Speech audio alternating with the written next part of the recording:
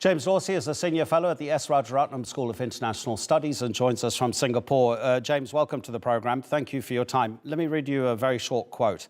The lady's name is Raisa Shapoval. She's 83 years old, and she's sitting in the ruins of her home in Chuyuev. And she says 3 people lost their lives. Why? What for? Because Putin went mad.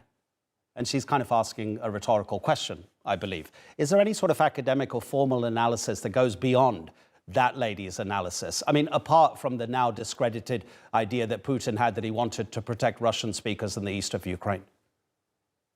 I obviously empathize with the lady's predicament, and from her point of view, Putin having gone mad is not an absurd statement. Frankly, I don't think Putin has gone mad. Putin is trying to recreate what he sees as the Russian world, the borders of which are not defined by international law, but by those who speak, population groups that speak Russian or adhere to Russian culture. I think what you're seeing at the moment really is that both parties, with other words, Russia as well as Ukraine, need to show success, even if that is for very different reasons.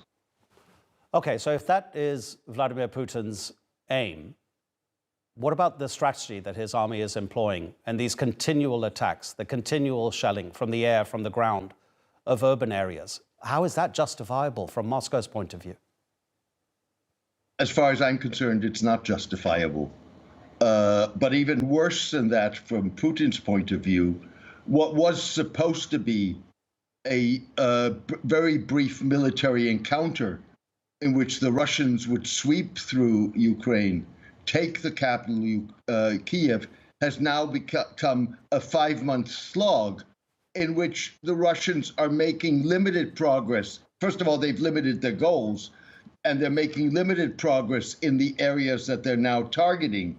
But that's a far cry from what the Russians had envisioned on February 24. Do you think Putin may be losing some international allies, countries at least that he had become closer to? And here I'm specifically thinking of the fallout from this blockade of the Black Sea ports and that grain, the tens of millions of tons that's stuck there. And especially you think about some African countries, there are other nations as well. Lebanon, for example, imports more than 80% of its grain from Ukraine. Pakistan, about 49%. I mean, Vladimir Putin's actions might be affecting his relations with those countries. First of all, I think that we need to differentiate between countries hedging their bets and wanting to stay on the sidelines of this and actually supporting Russia. If you look at this in the long term, Russia has significantly lost in authority. The credibility of its armed forces has been dented. And so what, countries staying aloof is already for Putin a success. However, as increasingly the food crisis and the grain crisis bites, I think that Putin will have to be seen to be trying to alleviate the consequences for countries that have no connection or claim that they have no connection to this crisis. James, thank you very much. As always, really appreciate it. James Dorsey in Singapore. My pleasure. Thank you.